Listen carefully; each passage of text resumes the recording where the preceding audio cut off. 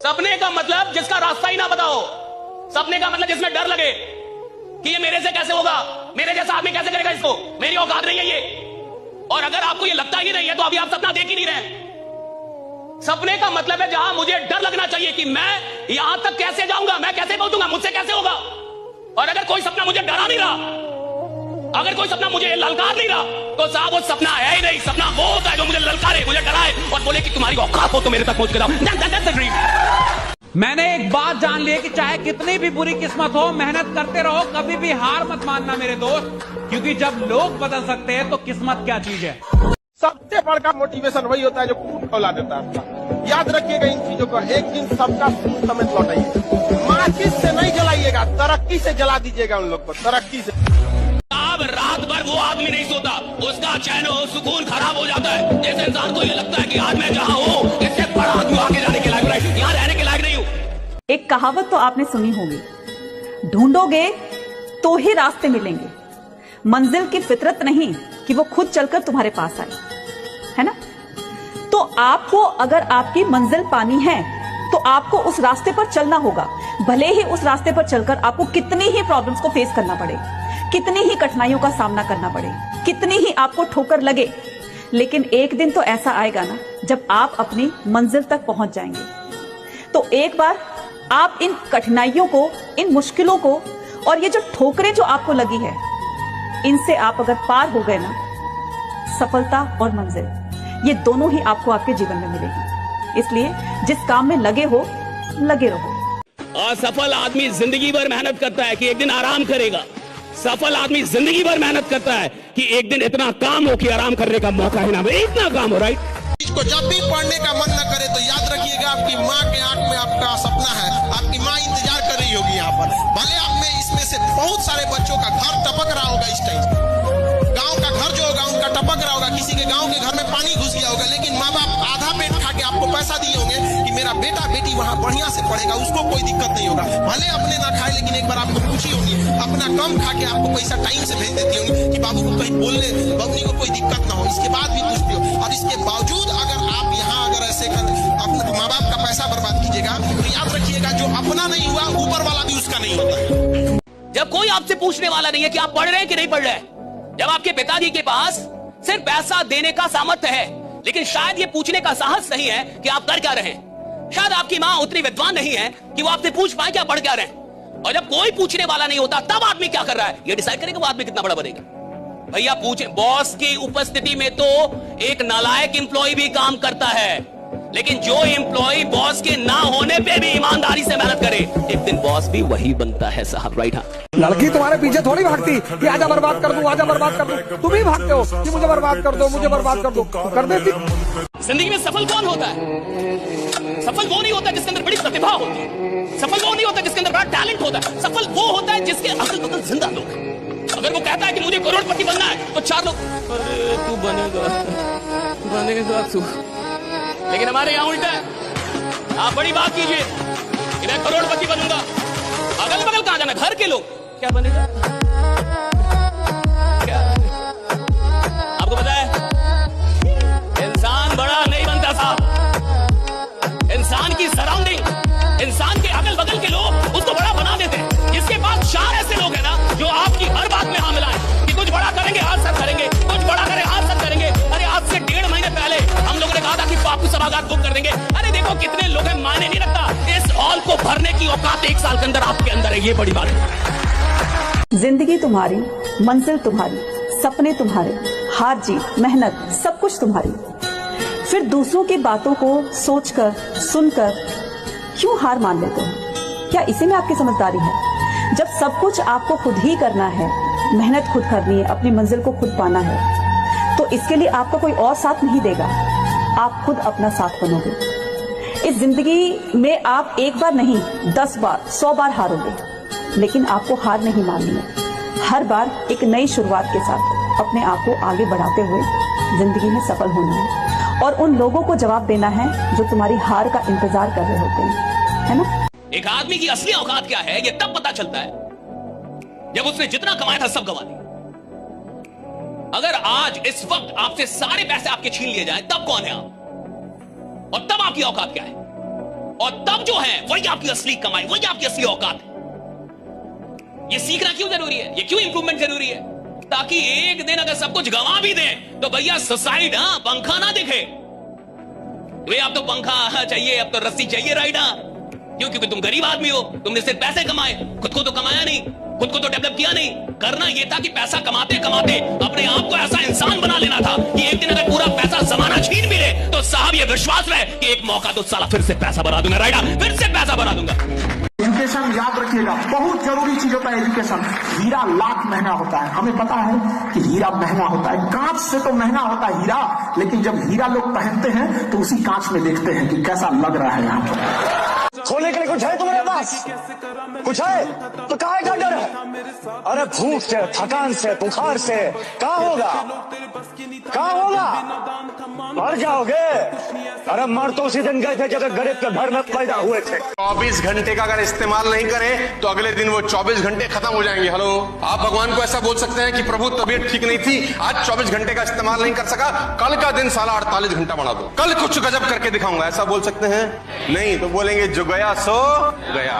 If you do not use it you simply lose it. तो आपके पास जो potential है, जो ताकत है, जो एनर्जी है, अगर आपने उसका इस्तेमाल नहीं किया गाइस, तो एक बात ध्यान से समझना और सुनना, वो रखी नहीं रहेगी, वो समाप्त हो जाएगी। यानी डरपोक हूं क्या मैं? यानी मेरे को डर है? और अगर मेरे अंदर जिगरा है और मैं नंबर 1 बनने की औकात रखता हूं तो साहब जिस फील्ड में भी जाऊंगा पहले पता करूंगा नंबर 1 कौन है, साला उसका हिस्ट्री ज्योग्राफी सब पता करके और उसकी औकात लगाने की तैयारी करूंगा। First become rich then become philosopher. Shahrukh Khan ने सबसे जबरदस्त बात बोला था, पहले अपने पैर पे खड़े। रिच का मतलब ये नहीं कि नोट छापने लग जाओ, अंबानी अडानी रिच नहीं, तो पहले अपने पैर पे खड़े हो जाओ, उसके बाद भाषण देना। First become rich then become philosopher. अपने पैर पे पहले खड़े हो जाओ, उसके बाद समाज को सिखाना क्या सही है क्या गलत है, नहीं तो चल जाओगे कूड़ा के भाव में। बहुत आदमी फिलोसफी आए और चले गए, और गांव में लोग जब लौट के जाते हैं ना तो लोग कहते हैं कलेक्टर साहब आ रहे हैं, मजाक उड़ाते हैं। तो अभी एकदम उम्र किस चीज का है? शांति से पढ़ने का। If you don't like the rule, follow the rule, go on the top, change the rule। 3 साल, ये मैंने अपनी जिंदगी से सीख लिया। 3 साल लगते हैं किसी भी मैजिक को होने में, 3 साल लगते हैं, हो जाता है। सुपर मैजिक नहीं होगा तो स्मॉल मैजिक हो जाएगा, पर मैजिक होगा। तुम्हारी जिंदगी जहां पे भी होगी वहां से मैजिक होगा। 1 दिन में, 2 दिन में, 3 महीने में नहीं हो पाएगा। और जब भी ऐसा लगे तो आपको ये लाइन याद दिलाना अलग सर की अपने अच्छे टाइम में हर कोई होल्ड ऑन करता है, जो अपने बुरे टाइम में होल्ड ऑन करता है वो योद्धा होता है। जीवन में एक चीज हमेशा याद रखना, सब लोग गांठ बांध के, जितना आपके चाहने वाले हैं उससे 4 गुना आपको गिराने वाले होंगे। ये हमेशा जीवन में याद रखना। हमको लगभग 20 मिलियन लोग चाहने वाले हैं, तो 20 चौक को 80 मिलियन लोग युद्ध दृष्टि से देखते होंगे कि एक मौका मिल जाए इसको जमीन में न गाड़ दे तो कहेगा, लेकिन मौके नहीं मिलते हैं। कल कोई नहीं जानता भाई, किसी का फ्यूचर किसी को नहीं पता। आप यहाँ से मेहनत करेंगे, करते जाएंगे, कदम आगे बढ़ाते जाएंगे। क्या पता यही मेहनत आपको सक्सेसफुल बने, क्या पता वो दिन आपका हो।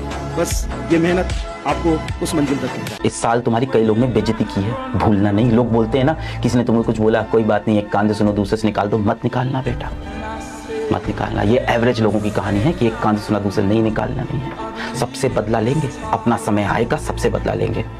आज किसी का समय चल रहा है, उनको उड़ने दो, अपना समय आएगा, सबको उड़ा के रख देंगे। 24 ही घंटे का मैक्सिमम यूटिलाइजेशन तब हो सकता है जब आप अपने सोने के टाइम्स में कटौती करें, क्योंकि अगर आपने 24 घंटे में 8 घंटा सोया तो 33% जिंदगी तो सारा सुप्त अवस्था में निकल जाएगी। और ये कहना बकवास है कि 8 घंटे की नींद जरूरी होती है, ये महा बकवास है। अगर तू ठान ले तो हर चीज पॉसिबल है, ठीक है? शर्त क्या रहेगी? पहली चीज है सब चीज छोड़नी पड़ेगी। उस डिल्यूजन से, उस एक इमेजिनरी वर्ल्ड जहाँ पे तेरी शादी ब्याह चल रही है, त्योहार चल रहे हैं, वहां से हट जा। अब क्या है ना, अब रगड़ने वाला टाइम आ चुका है। पता है यूपीएससी की परीक्षा वर्ल्ड के टॉप 3 टफेस्ट एग्जाम में से एक होती है। सबसे पहले चाइना का गाओकाव आता है, दूसरा इंडिया का IIT एडवांस आता है और तीसरा भारत का यूपीएससी सिविल सर्विसेज का एग्जाम आता है।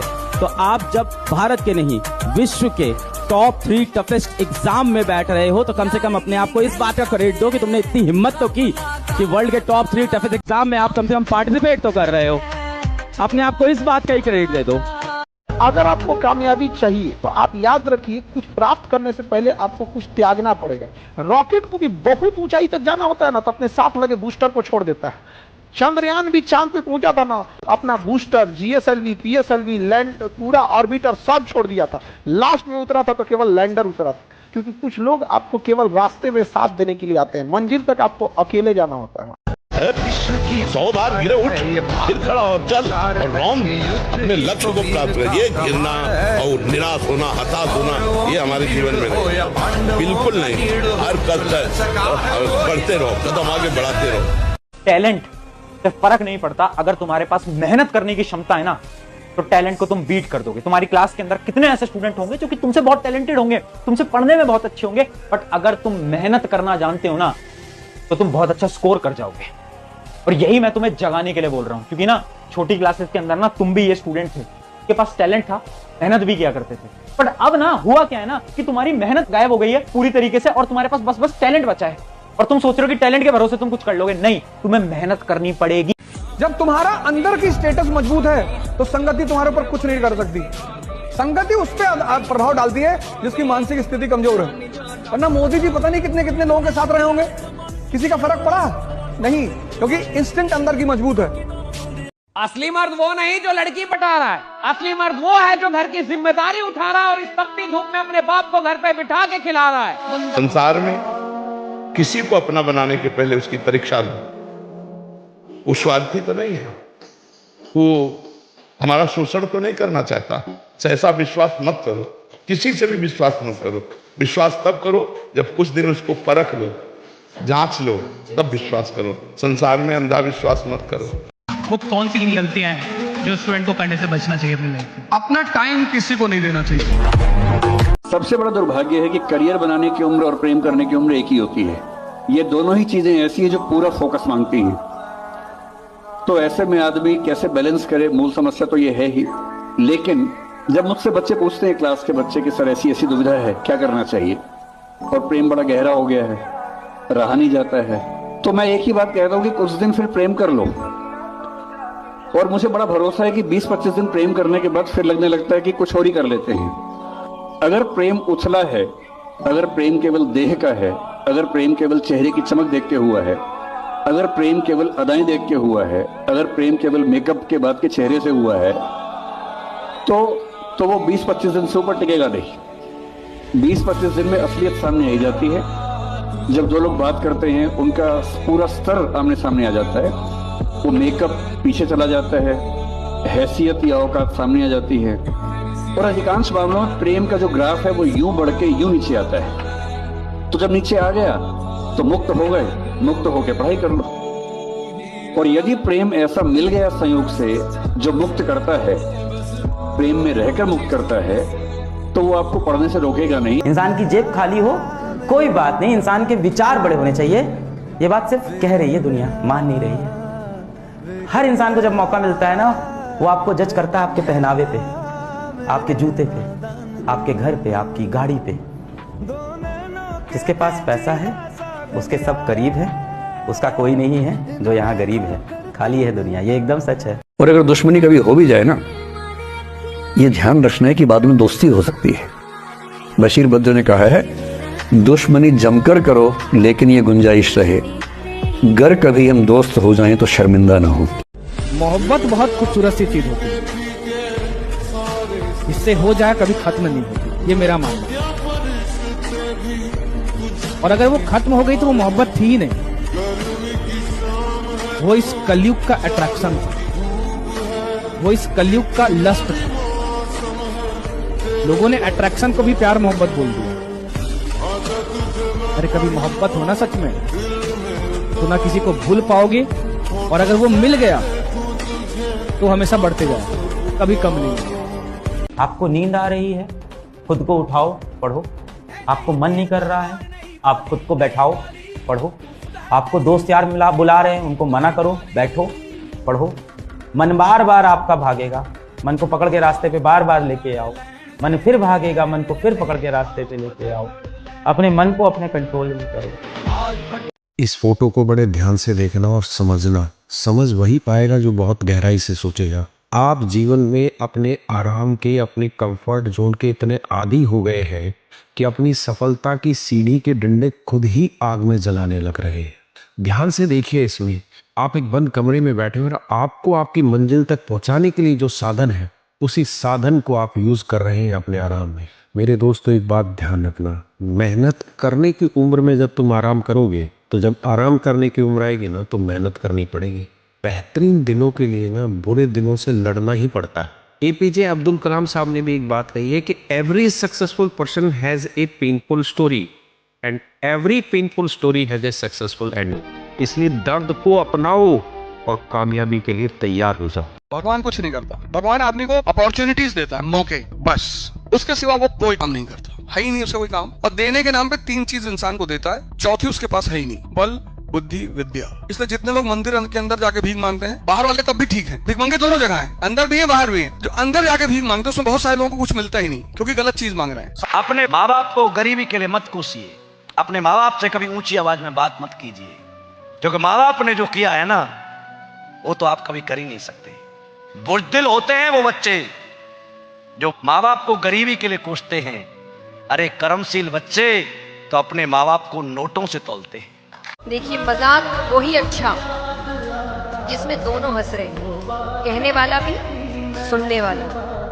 अगर एक हंस रहा है और एक को तकलीफ हो रही है, इसको मजाक नहीं बोलते, और ऐसे मजाक को वहीं बंद कर देना चाहिए।